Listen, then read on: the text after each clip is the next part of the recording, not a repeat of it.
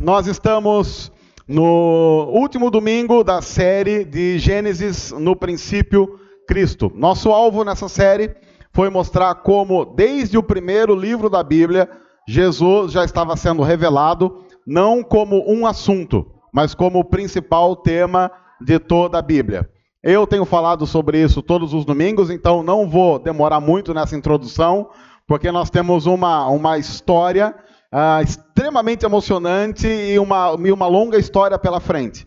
Nós vamos para a última história do livro de Gênesis, que é uma história conhecida, que é a história de José. A história de José já foi retratada em desenhos, em filmes. Eu fiquei sabendo de manhã que parece que tem uma série da Record falando sobre o assunto.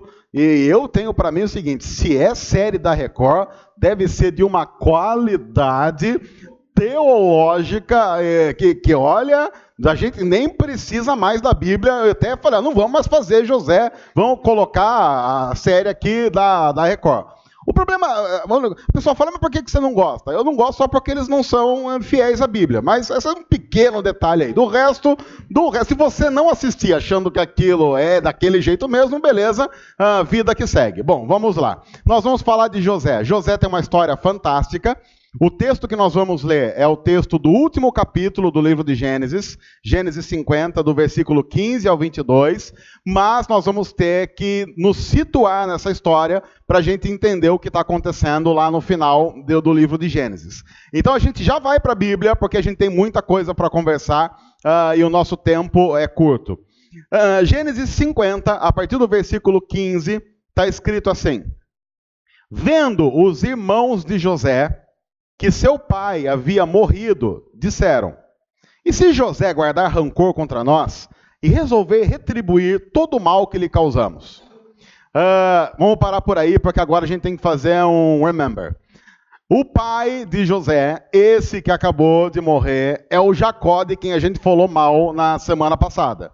Lembram de Jacó, que tentou passar o irmão para trás várias vezes, ludibriava todo mundo na família? Esse Jacó, diferente aí da galera, teve um monte de filho.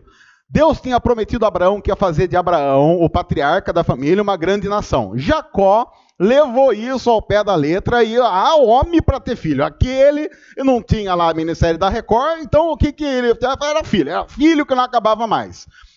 E aí, então, ele teve vários filhos.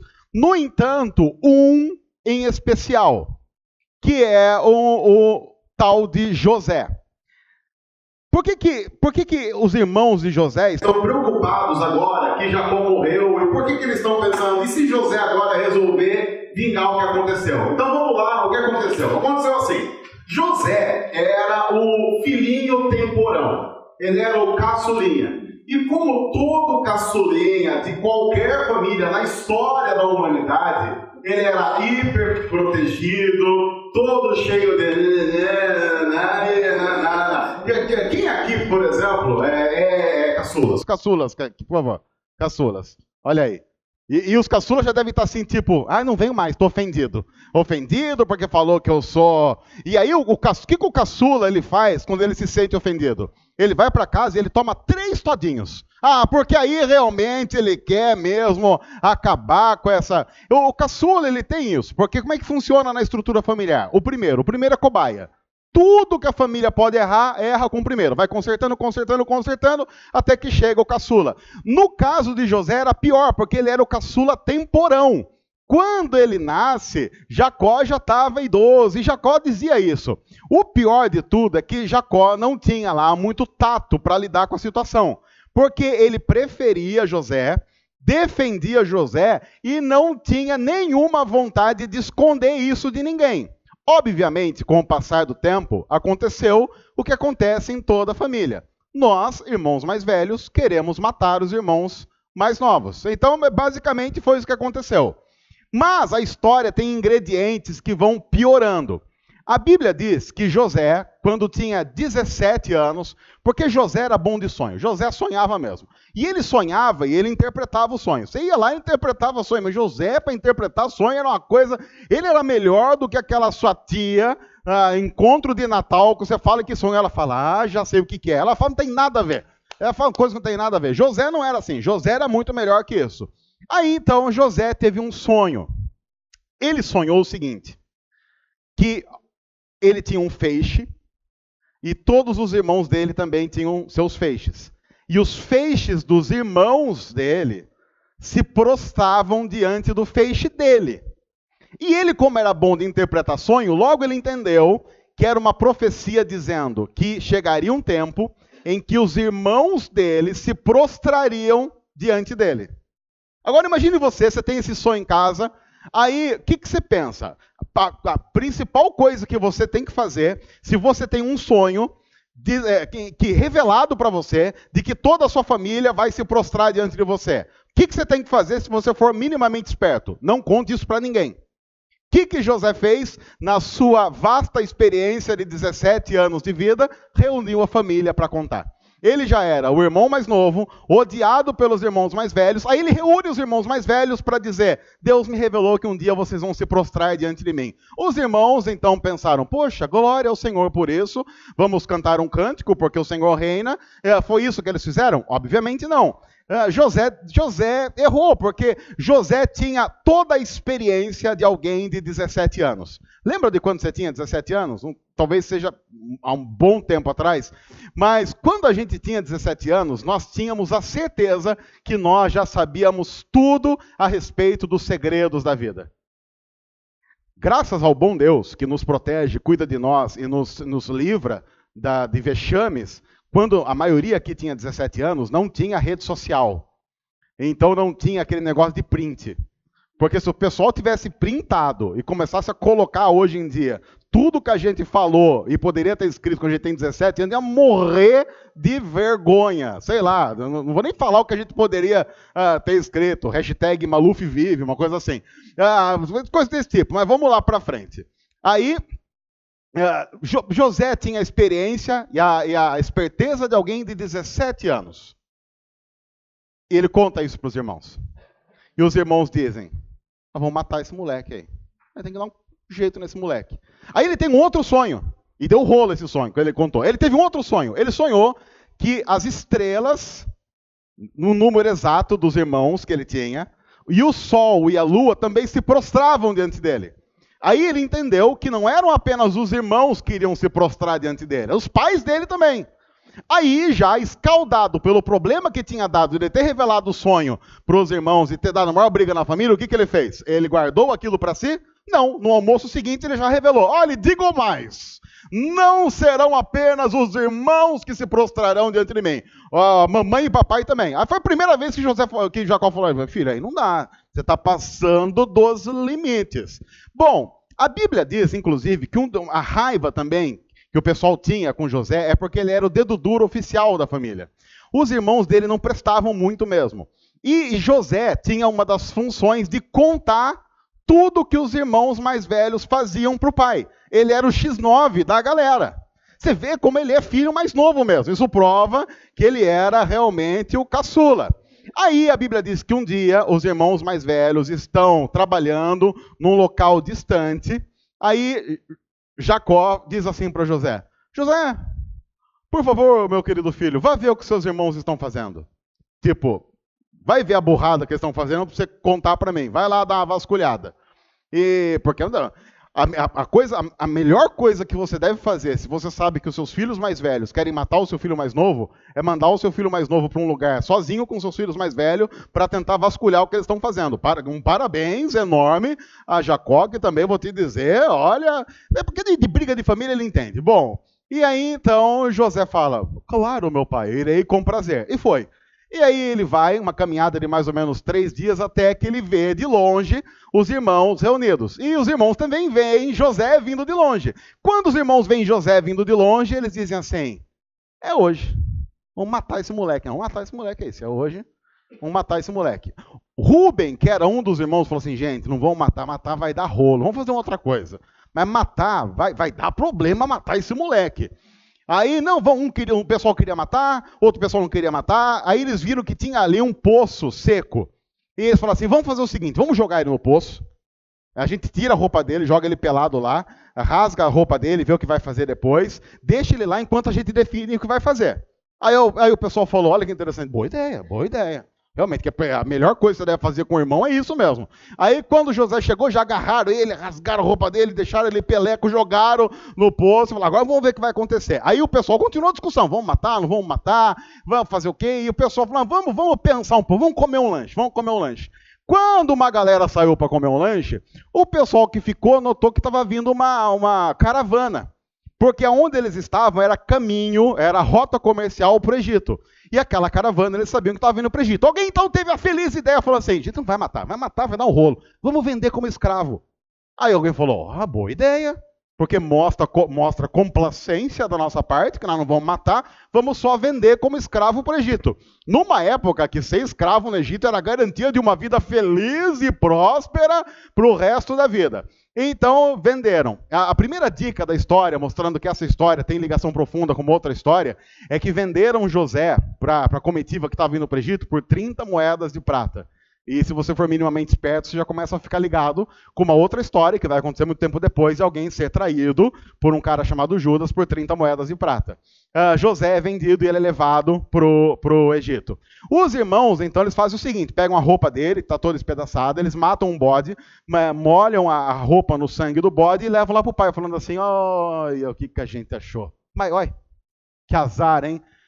E eles chegam para Jacó e dizem assim, olha o que nós achamos as roupas do teu filho. É interessante o jogo de palavras, porque eles não falam nosso irmão. Eles falam, achamos as roupas do teu filho. Como que dizendo para o pai, ele não é seu preferido? Achamos as roupas do teu filho. Porque ele não é nosso irmão e aparentemente é o único filho que o Senhor tem.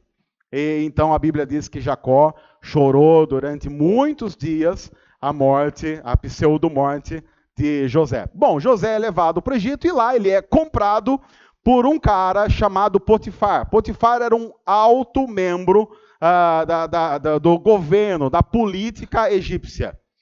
A Bíblia diz que Deus abençoava muito tudo que José fazia. Ele chegou na casa de Potifar, que era o cara que comprou ele, e Potifar notou que a partir do dia que José chegou lá, começou tudo a dar certo na casa.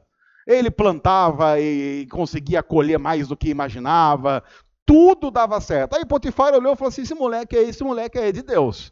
Esse moleque é de Deus, e ele notou que o moleque era acima da média, era um ponto fora da curva, ele falou assim, eu vou fazer o seguinte, vou fazer um negócio aí com esse menino. Chamou José e falou assim, vem cá moleque, eu vou colocar você aqui como administrador da minha casa, vou colocar você para cuidar de tudo, tudo aqui da minha casa você pode cuidar, eu vou colocar você como se você fosse a minha presença na minha própria casa. A Bíblia diz que, inclusive, a partir desse momento, as únicas preocupações que Potifar tinha era sentar para almoçar e sentar para jantar. Eram as únicas preocupações que ele tinha.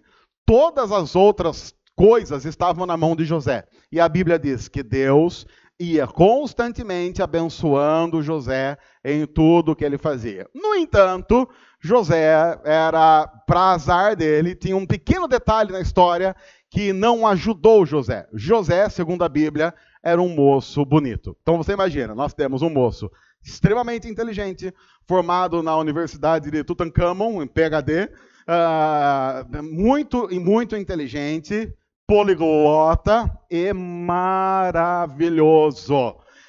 Bom, aconteceu que o seguinte, as pessoas viam que José era o cara. A esposa de Potifar também achou a mesma coisa. Aí ela começou a se engraçar com José. Ela chegou para José e falou assim, eu quero dormir com você. E aí José falou assim, minha senhora, a senhora me desculpa. O seu marido deu total liberdade para que eu fizesse o que eu quisesse. Mas, obviamente, há alguma coisa proibida. Por exemplo, você. Mas ela estava louca de paixão por José, e a Bíblia diz que todo dia ela dizia, deita comigo, e José, não. Até que um dia ela chega em casa, toda refestela, e ela nota que não tem ninguém em casa. Todos os outros empregados tinham saído fazer alguma coisa. A única pessoa que estava em casa, fora ela, era José. Ela pensou, é hoje que eu me acabo. Aí ela foi lá e agarrou José, atracou lá com José.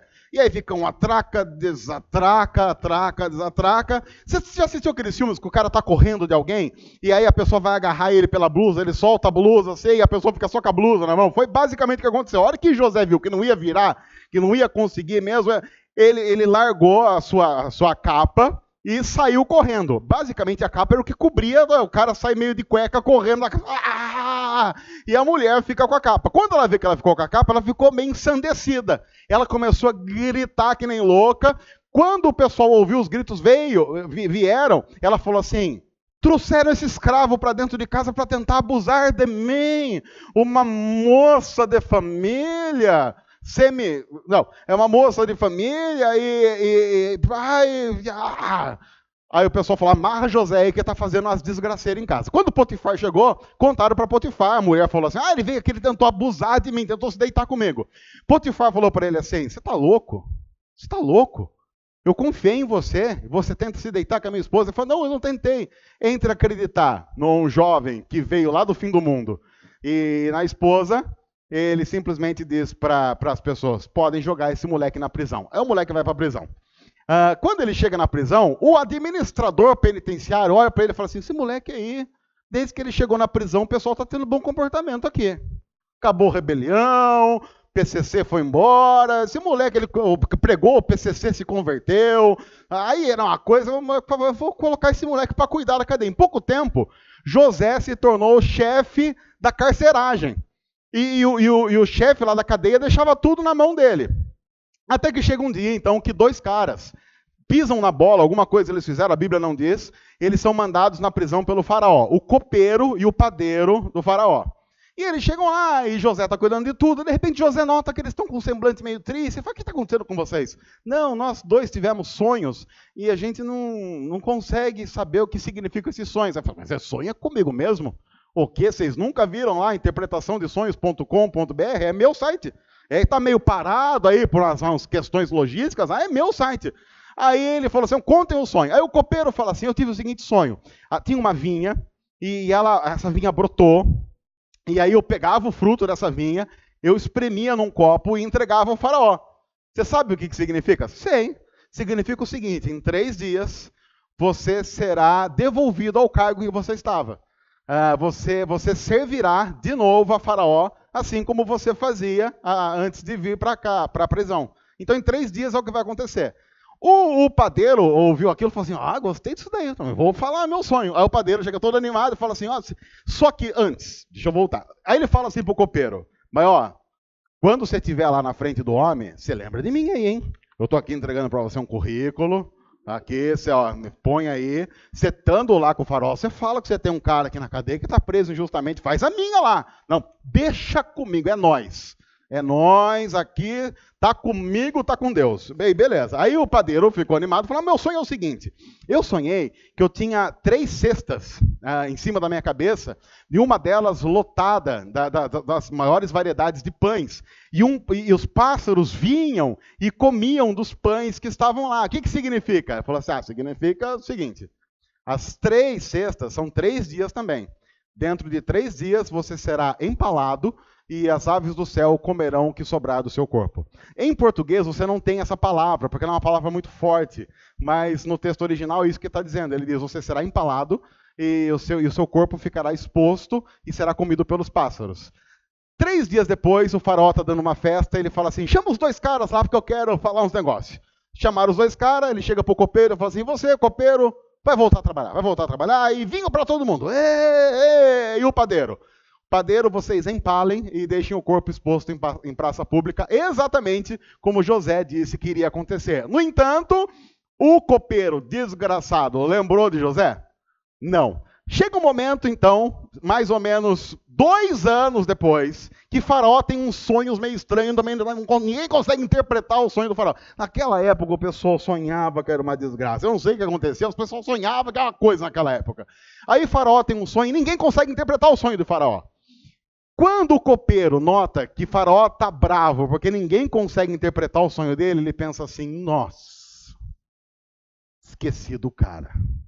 Aí ele chega para o faraó, fala: senhor faraó, o senhor dá licença aí só até, queria até dizer que eu falhei, Mas quando eu estava preso, teve um cara que interpretou um sonho exatamente do jeito que aconteceu comigo e com o padeiro. Lembra o padeiro lá, né? O senhor Farol, você lembra aí? Aconteceu igualzinho. Chama o cara. Foram lá, chamaram o José. O sonho era o seguinte, eram 2 sonhos parecidos, um deles eram 7 vacas gordas que eram devoradas por 7 vacas magras. José chega, Faraó fala, você sabe o que significa o sonho? Sei, sim, senhor. Então fala aí, é o seguinte, Faraó, as 7 vacas gordas são 7 anos. Os próximos 7 anos serão de extrema fartura no Egito, extrema fartura. Tudo que a gente plantar vai colher, e vai colher mais do que espera. As 7 vacas magras que devoram as gordas são os 7 anos seguintes, que serão de extrema fome sobre a terra. Extrema fome. José era um cara acima da média. Ele não é o cara que chega com a crítica sem a solução. Porque uma das piores coisas no mundo é o cara criticar e só fala assim, e aí? Não, aí você se vira. Aí você se vira, não é nós, né? Porque tem gente que assim, tem gente que adora criticar, mas nunca fez nada e não tem a solução para nada. Se você é um crítico que nunca fez nada e não tem a solução para coisas que você critica, faça um favor, não conte a interpretação do sonho, porque os seus irmãos mais velhos vão querer matar você. José não é esse tipo de pessoa, porque ele chega e fala assim, inclusive, Faraó, já quero até aqui aproveitar o ensejo, e é o seguinte, a gente precisa trabalhar algumas questões de armazenamento e logística aqui nesse país. Eu notei, estava olhando aqui, pelo que eu me lembro, o Egito não é muito bom em armazenamento e logística. Então, nos próximos 7 anos, nós precisamos fazer uns celeiros, fazer algumas coisas, e eu já tenho até uns lugares aqui que eu estou pensando legal para fazer um celeiro, porque tem pista que cruza, a gente pode fazer alguma autoestrada aqui, faz uma autobahn aqui, passa aqui no meio do Egito, faz uma ponte, e a gente guarda, e depois, quando chegarem os 7 anos aí de desgraça, a gente tem tudo guardado. Faraó olha para José e fala assim, esse é o cara, esse é o cara.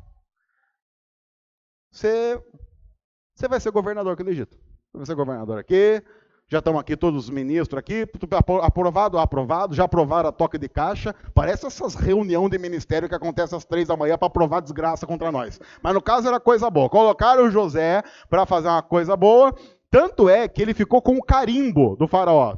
A palavra de José passou a ser palavra oficial dentro do Egito, e Deus abençoava tudo que ele fazia. Bom, vieram 7 anos, armazenaram tudo, aí então chega a fome. Fome, desgraça, vai acabando comida em tudo que é canto. Onde é que acaba a comida? Acaba a comida lá na terra, onde estão ainda Jacó e os filhos que sobraram. Jacó olha para os filhos, tudo lá meio que passando fome, e fala assim, viu, vocês não estão sabendo que tem comida no Egito? Desce para lá para comprar comida. Oh, boa ideia, mas olha, então eles vão, eles colocam a roupa, levam uns presentes, levam uns dinheiro para dar uma agradada. José, por ser um cara que estava agora inserido na cultura egípcia, estava irreconhecível, porque eles mudavam o semblante da pessoa. Quem já assistiu o filme sabe que eles faziam toda uma mudança. José não estava reconhecível, os irmãos dele estavam. A Bíblia diz que quando os irmãos de José chegam para consultá-lo, para comprar comida, ele imediatamente reconhece que eram os seus irmãos. No entanto, ele não diz nada. E inclusive, conversava com os seus irmãos via intérprete. Ele falava a língua dos egípcios e os irmãos a língua do povo dele. E ele disse assim, quem são vocês? Olha, nós somos de uma terra X, nós viemos comprar comida porque estamos com fome. Ah, então me digam, porque vieram ali os 10 irmãos, os 10 traidores. Ah, vocês têm mais família? Olha, nós temos um irmão mais novo, porque nesse período tinha nascido mais um temporão, chamado Benjamim, que devia ter mais ou menos 10 anos nessa época. Nós temos aí Benjamim, e o nosso pai, o pai de vocês está vivo? Sim, o nosso pai está vivo. É a primeira vez que José se retira para chorar, sabendo que o pai ainda está vivo. Mas José também não vai deixar de lado um pouquinho da... Aí ele fala assim, ele volta e fala assim, eu não estou acreditando na história de vocês. Vocês vieram espionar a terra. Vocês são de algum exército inimigo, vieram espionar. Não, que isso? Não vieram sim. Eu só vou acreditar na história de vocês se vocês forem e buscarem o irmão de vocês para eu notar que essa história é verdade. Mas por que eles não tinham trazido o irmão mais novo? Porque Jacó falou assim, eu não vou deixar outro filho mais novo na mão dos 6. Já deixei um, vocês trouxeram só a roupa com sangue. Eu vou deixar esse outro, e se esse outro morrer, eu morro junto de tristeza. Aí os irmãos falam, mas não vai dar, porque... E aí José fala assim, inclusive um de vocês vai ficar aqui de refém. Pegou um lá chamado Simeão, falou, pode amarrar ele. Amarra, joga na cadeia, vai ficar aqui. Enquanto vocês não voltarem com o irmão mais novo, para eu notar que a história é verdadeira, vai ficar preso aqui, vocês podem ir embora. Deu comida para eles e eles foram. Quando eles chegam no meio do caminho, José tinha falado, põe o dinheiro de volta na bolsa deles. Quando eles viram que o dinheiro estava lá dentro, o dinheiro que eles tinham que pagar pela comida, eles pensaram, vai dar rolo isso, porque o cara do Egito vai achar que a gente deu calote, por aí vai, mas voltaram para casa, e aí falaram para Jacó, seguinte, não sei se você notou aí, só Simeão não veio. Mas por que não veio? Ficou lá, gostou? Não é que gostou, ficou de refém mesmo. Porque a gente contou a história, ele não acreditou na gente lá, o tal do cara do Egito lá. Aí ele falou que só vai voltar se levar Benjamim. Benjamim vocês não levam. E não deixou mesmo. Tanto é que eles ficaram lá na terra até acabar a comida. E o coitado do Simeão ficou 6 meses preso lá no Egito, esperando. Esse pessoal não vai voltar, será? Imagina ele desesperado. Esse pessoal não vai voltar, esse pessoal não volta. Passa dia, acaba a greve dos caminhoneiros e nada do pessoal voltar e Simeão lá. Até que chega uma hora que acaba a comida de novo e Jacó fala assim, vamos para o Egito. E os irmãos falam, não dá. Sem Benjamim, não dá para voltar. Conversa vai, conversa vem, então vai, leva Benjamim. Chega lá, quando eles veem que aí Benjamim, o tal de José abraça Benjamim, seja bem-vindo, tal, ele sai chorar de novo. E aí ele fala assim, bom, então agora vocês então, podem voltar. Obrigado aí, já vi que é verdade, podem levar mais comida. Mas o que José fez? José disse para o pessoal da guarda, pega lá a taça real, que era a taça onde o rei bebia o seu vinho, uma taça feita de ouro. Coloca na bolsa de Benjamim. Pode colocar sem ele notar. Quando eles estiverem saindo, pega a bolsa dele, coloca a taça lá dentro e deixa eles irem. Bom, colocou a taça, os irmãos voltando tudo felizes para casa, chega a polícia e cerca. Parado! Mão na cabeça! Todo mundo no chão! E aí virou aquela coisa toda. Aí, mas o que está acontecendo? O que está acontecendo? Vocês são os ladrões, bando de sem vergonha. Não, a gente não fez nada. Aí, um dos irmãos, querendo parecer mais espiritual que os outros, falou assim, o Judá falou assim, se alguém aqui roubou alguma coisa, que seja morto. Aí, então, eles começam do mais velho, abrindo as bolsas, abre a bolsa, até que chega a hora que abre a bolsa de Benjamim, cai a tal taça de ouro do rei, e eles começam a chorar.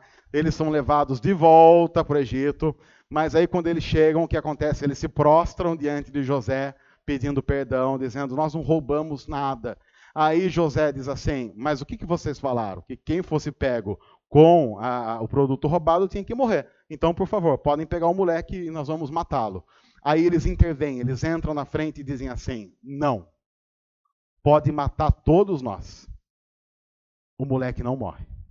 Porque uma vez nós já fizemos besteira. E nós quase matamos o nosso pai de desgosto. Se esse moleque não voltar para casa, o nosso pai não vai aguentar o segundo baque, ele vai morrer de tristeza. E nós não vamos mais deixar isso acontecer. Até então, esse era um diálogo feito por intermédio de alguém que estava fazendo a tradução. José deixa de falar a língua egípcia e diz para aqueles irmãos, vocês não notaram até agora, né? Vocês não notaram que eu coloquei vocês para comerem na minha mesa, na ordem de nascimento? Como é que vocês acham que eu sei a ordem de nascimento de vocês? Vocês não notaram? Eu sou José. Eu sou José. E eles se prostram. E todas as profecias vão se cumprindo. E ele diz para os seus irmãos, não tenham medo. Não tenham medo. Deus guiou tudo até aqui. Eu vou cuidar de vocês. Agora tem uma coisa, meu pai continua vivo? Sim, ele continua vivo. Então voltem imediatamente e tragam meu pai para cá. E eu garanto para vocês que vocês vão morar no Egito e serão cuidados e tratados. Inclusive, quando o faraó ficou sabendo da história, ele adorou a história e falou assim, pode escolher a terra que vocês querem morar aqui. E eles acabaram ficando na melhor terra, no centro comercial de todo mundo, vivendo muito bem. A Bíblia diz que pouco tempo depois, Jacó está chegando e José vê aquele homem já velho, de mais de 100 anos chegando. A Bíblia diz que ele corre ao encontro daquele homem, ele abraça ao seu pai Jacó e eles choram longamente, num dos mais longos e emocionantes abraços de toda a Bíblia. Chega um tempo então, depois de tudo isso, que Jacó morre lá no Egito. E aí chega esse texto que a gente acabou de ler. Vendo os irmãos de José que o seu pai havia morrido, eles disseram: e se José estiver fingindo todo esse tempo? E tiver guardado rancor contra nós, e resolver agora retribuir todo o mal, depois que o pai dele morreu? É interessante como, quando nós não trabalhamos as coisas na vida, como essas coisas nos perseguem até o fim dela. Porque já havia mostras e sinais claros e evidentes de que o perdão tinha acontecido. Mas simplesmente os irmãos de José não conseguem compreender aquilo. Por quê? Porque o coração deles era rancoroso. O coração deles era um coração com uma falta de perdão tão grande que eles não conseguem reconhecer a possibilidade de perdão e transformação da história, mesmo com todos os sinais possíveis e imagináveis. E se José, então, guardar rancor contra nós? Que rancor? Esse José já deu sinais de benevolência muitas vezes. O problema é que quando nós carregamos dentro do nosso peito rancor, ódio e falta de perdão, nós não conseguimos imaginar essas coisas acontecendo na vida de outras pessoas e em nosso favor, mesmo quando os sinais são claros. Os irmãos de José estão passando por uma série de dificuldades com relação à incapacidade de compreender que Deus pode mudar a história, que Deus pode mudar pessoas. E a história fica, inclusive, um pouco mais triste com relação aos irmãos de José, porque o texto diz assim: então, eles mandaram um recado a José. Eles nem foram conversar com José. Eles mandaram um recado a José dizendo: antes de morrer, o teu pai... Espera quem? O que você espera numa conversa entre irmãos? Numa conversa entre irmãos, você espera que um irmão vá dizer para outro irmão a respeito do pai, o nosso pai. Mas não, veja como o coração deles ainda está preso há muitos anos. O teu pai. Porque você acha que nós nos esquecemos da história? Nós não somos esse tipo de gente boba que fica esquecendo a história, não, e esquecendo quem pisou na gente. Nós queremos lembrar, José, que é teu pai. Porque você sempre foi o queridinho. Nós somos vítimas dessa família disfuncional. Mas mesmo assim, o teu pai nos ordenou que te disséssemos o seguinte: peço-lhe que perdoe os erros e pecados dos seus irmãos que o trataram com tanta maldade. Agora, pois, perdoa os pecados dos servos do Deus do teu pai. Quando recebeu o recado, o que José faz? Ele chora. Ele chora porque ele notou que aqueles homens, seus irmãos, estavam vivendo com eles há muitos anos no Egito, comendo do bom e do melhor, recebendo do bom e do melhor, mas o coração deles não estava ali. O coração deles ainda estavam presos aos acontecimentos de décadas. Essa é uma sina que tem sido a sina de muitos homens e mulheres vivendo no nosso tempo. Pessoas que estão vivendo em 2018, mas têm tanto rancor, tantas histórias a serem resolvidas, que a vida não é vivida a partir de 2018. A vida é vivida a partir de algumas coisas que aconteceram em 89, em 95, em 2002, em 2010, e a pessoa nunca sai de lá de uma tal forma que quando ela erra em algo hoje, e você vai conversar com ela, ela diz assim: ah, mas você não sabe o que aconteceu comigo há 20 anos. Você não sabe o que aconteceu comigo há 10 anos. Você não sabe o que aconteceu comigo o ano passado. E ela vai continuar vivendo nesse tempo, ainda presa a um passado que aprisiona, que dá rancor, que dá mágoa e que impede que o perdão aconteça até que haja uma profunda intervenção da parte de Deus. Os irmãos de José mostram que você pode estar morando no melhor local e não estar aproveitando do melhor local, porque ainda você tem medo do que pode vir a acontecer por algo que não está resolvido por causa do passado. No entanto, esse não é nem de longe o desejo de Deus. Veja, José já tinha demonstrado para eles. Já houve perdão. E aí eles vêm muito tempo depois e dizem o quê? Nós queremos pedir perdão. Não nos trate segundo a nossa maldade, mas eu não estou tratando vocês segundo a maldade de vocês. Será que vocês não compreenderam? Esse é um golpe tão profundo em José que ele simplesmente chora. Meus irmãos, vocês estão aqui há tanto tempo, mas vocês não estão aqui. Vocês estão comendo da carne do Egito, mas ela tem gosto da terra que a gente veio. O problema é que vocês estão no Egito comendo do bom e do melhor, mas a boca de vocês ainda sente o sabor daquele poço onde vocês me jogaram. Vocês estão bebendo das melhores bebidas que o Egito pode oferecer, mas a boca de vocês ainda sente o gosto do sangue daquele bode onde vocês molharam e sujaram a minha roupa. Vocês não estão aproveitando. O texto continua. Depois vieram seus irmãos, prostraram-se diante dele e disseram: aqui estamos, somos seus escravos. José, porém, lhes disse: não tenham medo. Eu não estou no lugar de Deus. Vocês planejaram o mal contra mim.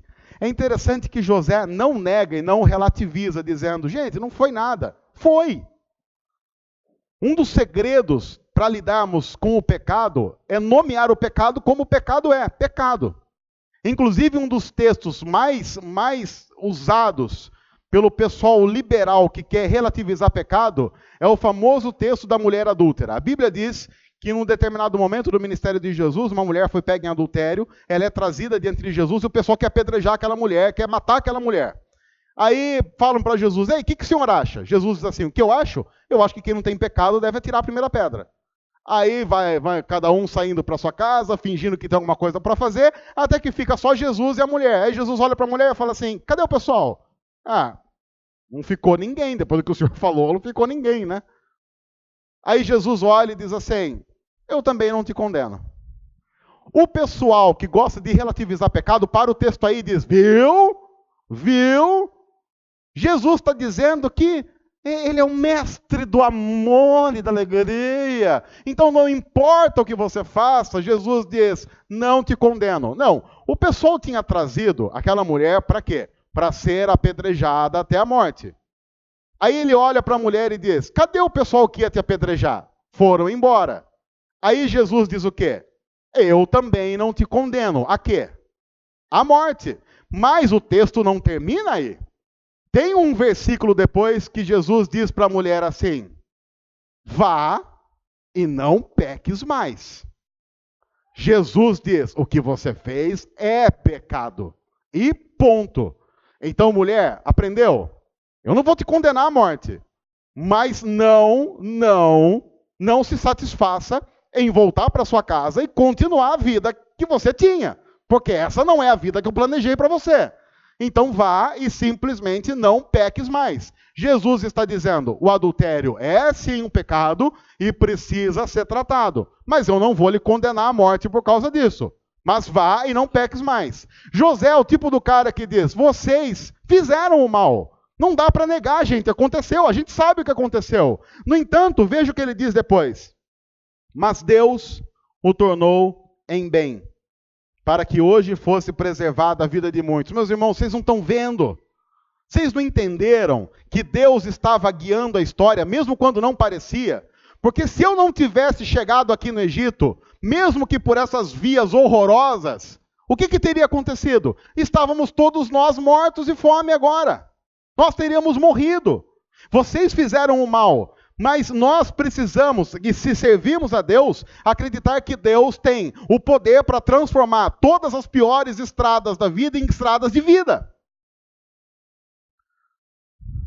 Se nós não tivermos essa crença, se nós não tivermos essa fé, sobra para nós apenas o desespero, apenas a indignação e a raiva. Porque nós vamos olhar todos os acontecimentos a partir da ótica de um Deus inexistente. Quer ver só o que está acontecendo em nosso país? Já imaginaram se fosse descortinado tudo o que está acontecendo e todos os reais interesses por trás de cada paralisação, de cada coisa? Quer ver só? Quem é que duvida que tem muita gente ganhando muito dinheiro com o que está acontecendo? Alguém aqui duvida? Ninguém num país como o nosso vai duvidar. Alguém acha que simplesmente as coisas acontecem do nada nesse país? sem os piores interesses, os interesses mais escusos. E nós vamos ficando vítima disso. É claro que tem muita gente ganhando. É claro, olha, é muita coincidência que uma coisa dessa magnitude em nosso país acontece justamente num ano que tem o quê?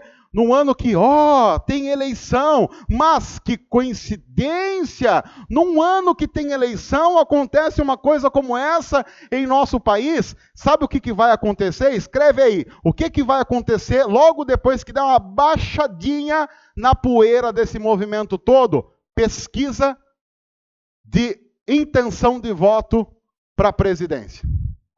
Porque muito provavelmente já está tudo combinado. E quando acabar, faz pesquisa, porque você sabe, tem muita gente no Brasil que vota assim, eu voto em quem está na frente para não perder voto. Ele acha que eleição é disputa do campeonato brasileiro. Eu tenho um amigo que você pergunta para ele, é um amigo meu, fala que ele não gosta de futebol. Ele fala para ele, quem está torcendo? Fala, quem está em primeiro? Quem está em primeiro é o Conchinchina da Silva. Eu sou Conchinchina da Silva Futebol Clube. Há muita coisa por trás. E está por trás de tudo isso algo que a Bíblia diz que é pecado. Dentre muitas coisas, a avareza. Colocar o amor ao dinheiro, o desejo ao dinheiro acima de qualquer coisa. Não há absolutamente nada que aconteça de desgraça nesse mundo sem que você olhe e não veja o pecado por trás daquilo. E quem que faz o pecado acontecer? Nós. Talvez a gente tenha aquela insanidade de achar que o meu pecado, ele não é tão grande quanto o pecado dos grandes pecadores. Porque, claro, uma das formas mais tranquilas de lidar com o pecado é me comparar com os piores pecadores. Porque, imagina, eu não vou me comparar nunca com alguém que seja melhor do que eu. Porque me comparar com alguém que seja melhor que eu sempre me coloca em maus lençóis. Então qual é o segredo? Sempre se compare aos piores. Eu disse isso há poucos domingos. Um cara legal para você se comparar no quesito pecado e maldade. Hitler. Hitler é o concurso. Você tem que se comparar a Hitler. Porque é difícil ganhar de Hitler no sentido da malevolência. É complicado. Mas será que nós não somos pessoas que praticam o pecado com categoria? A Bíblia diz que todo mal que há no mundo é fruto do pecado. E isso significa dizer que, diretamente, o mal que há no mundo é culpa nossa. Talvez, e agora eu quero falar sobre a história como ela é, talvez a frase de José não seja exatamente uma frase sobre José. Porque quem é que poderia dizer para mim e para você, vocês fizeram o mal, mas eu vou transformar isso? Quem é que poderia dizer isso na história? Quem é que poderia dizer, vocês fizeram o mal, mas eu vou redimir a história?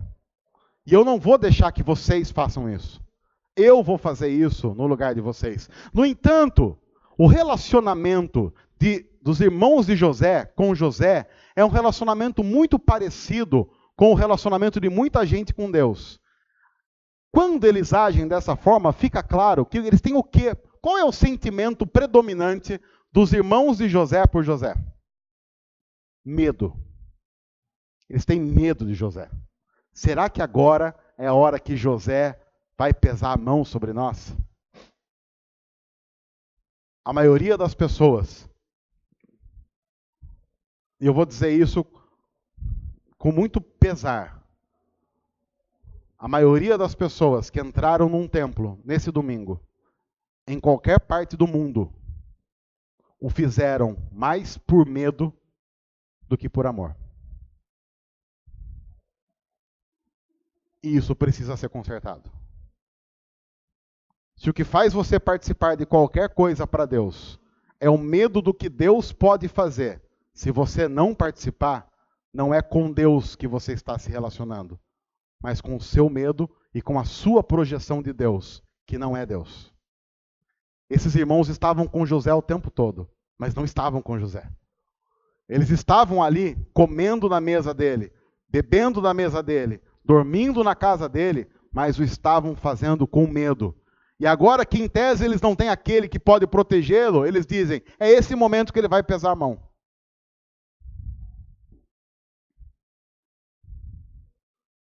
Por isso não tenham medo, eu sustentarei vocês e seus filhos. E assim os tranquilizou, ele lhes falou amavelmente. José permaneceu no Egito com toda a família do seu pai, viveu 110 anos. Ele nunca tratou os seus irmãos como seus irmãos deveriam ser tratados. Essa história claramente não é a história de José. Essa história é uma sinalização para uma outra história. Porque se há alguém que não nos trata como nós deveríamos ser tratados, esse alguém é Cristo. Vocês intentaram o mal, mas Deus o transformou em bem. O mal que nós fizemos foi aniquilado, exterminado e pago na cruz, para que hoje nós possamos viver uma vida totalmente diferente e esperançosa, não de acordo com o noticiário ou com a rede social, mas de acordo com a novidade que a Bíblia diz e com a verdade que a Bíblia traz para nós. Inclusive até o dia em que a Bíblia diz que nós moraremos numa cidade que Deus está construindo, que Deus construiu, onde não haverá choro, onde não haverá morte, onde não haverá tristeza alguma. E nós então estaremos para sempre com o nosso Deus. Porque nós merecemos? Não, nós não merecemos. Porque Deus é gracioso para conosco de uma tal forma que Ele olha para nós, Ele olha para mim, olha para você e diz: vocês fizeram o mal, mas eu transformei tudo isso em bem, para que vocês possam ver hoje tudo isso que está acontecendo. Nós não somos convidados a nos relacionar com o nosso Deus porque nós temos medo do nosso Deus. Nós somos convidados a sentar na mesa sem medo de que o nosso Pai esteja com uma arma por baixo da mesa e vai atirar em nós.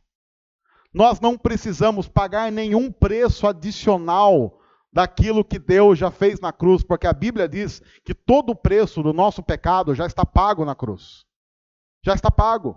Vocês intentaram o mal, mas Deus resolveu pagar o preço, assumir para si toda a maldade, para que nós pudéssemos ser livres. Pessoas que compreendem isso vão ter uma relação com Deus baseada muito mais na graça do que no medo. Eu imagino que num dia como esse, tem gente que foi para o culto imaginando, se a gente não for para o culto, não vai ter gasolina mesmo. O culto é talvez a garantia de que se eu for para o culto, der 3 pulinhos. Já imaginou? Você está no culto. Mas imaginou que culto horrível que vai ser? Se você está no culto, alguém fala assim, vamos cantar mais forte, porque se não cantar mais forte, Deus não ouve. Você tem que ficar esgoelando a desgraça. Ora com mais fé, porque se você não orar com mais fé, a oração não passa do teto. Eu fico pensando, mas como é que eu vou orar com mais fé para passar do teto? Quais são as palavras mágicas que podem ser usadas? Quais são as mandingas evangélicas que precisam ser usadas para que a oração passe do teto? E aí, veja que interessante, a gente ora dizendo assim, ora direito para que a sua oração passe do teto. A minha oração não precisa passar do teto. Porque quando eu oro, Deus está exatamente no local onde eu estou orando. Ela não tem que passar do teto. Eu oro para aquele que está ao meu lado, aquele que disse, eu estarei com vocês todos os dias. Ela não precisa passar do teto. Ela acontece no quarto, e onde é que Deus está? Está lá no quarto. Ai, mas o quarto é um local sujo. Sujo para quem? Sujo talvez para aquele que traz o inferno no peito, porque essa é uma coisa importante. Os irmãos de José têm um inferno no peito. E não importa onde você está, se você traz o inferno no peito, qualquer lugar em que você estiver vai ser um inferno. Mesmo que seja no Egito, comendo a melhor comida e bebendo a melhor bebida. O segredo da vida com Deus é fazer com que Ele faça do nosso coração o céu. Para que a gente possa se relacionar com Ele em paz. Eu não sei quanto a você, mas eu tenho a plena certeza de que eu não mereço isso. Eu tenho a profunda convicção de que eu não mereço. E eu quero ser eternamente grato a Deus pelo fato dele não me tratar do jeito que eu mereço. Mas ele me tratar pelo amor que ele tem. A história de José não é a história de José. A história de José é a história de um Deus que se tornaria gente como nós e diria, venham, vinde a mim, todos os que estão cansados e sobrecarregados, e eu vou aliviar vocês. quando nós caminhamos em qualquer ambiente religioso e o que está sobre nós é qualquer carga, nós não estamos caminhando debaixo do jugo do Evangelho. Porque no jugo do Evangelho, nós somos aliviados pelo nosso Deus. Porque Ele carregou sobre os seus ombros toda a penalidade que devia ser nossa. Assim, pecados não confessados por medo, angústias guardadas no coração, elas precisam ser vomitadas diante de Deus. De um Deus que não vai nos compreender, Ele já nos compreende. E se importa, e ama, e cuida, e trata de nós. Vocês intentaram o mal, mas vocês notaram que eu já transformei tudo isso em bem? O convite agora é: venham e comam, venham e bebam, aproveitem, vivam de uma tal forma nesse mundo louco que a vida de vocês demonstre isso que está acontecendo no coração de vocês. Gênesis termina com a história de alguém que foi traído, que foi humilhado, que foi jogado num poço seco e teve sede, e que no final foi colocado no local mais alto. Gênesis começa e termina com a única história que vale a pena ser contada e vivida. A história de nosso Senhor e Salvador Jesus Cristo. Que Deus os abençoe. Senhor, obrigado por Tua palavra. Nós louvamos ao Senhor por ela e pedimos que o Senhor molde a nossa vida a partir do Evangelho de Jesus. Que o Senhor nos ensine a amar o Senhor acima de todas as coisas. E que a nossa vida seja uma vida que glorifique ao Senhor em cada momento dela. Em nome de Jesus. Amém. Olá pessoal, tudo bem? Você pode abençoar muito o nosso ministério fazendo o seguinte: se inscrevendo em nosso canal, deixando o seu joinha aqui embaixo, comentando e compartilhando essa mensagem com outros. Vai abençoar muito o que nós temos feito aqui e vai fazer com que outras pessoas possam ser transformadas pelo amor de Jesus através da mensagem do Evangelho. Deus abençoe, obrigado, que Deus cuide de cada um de nós.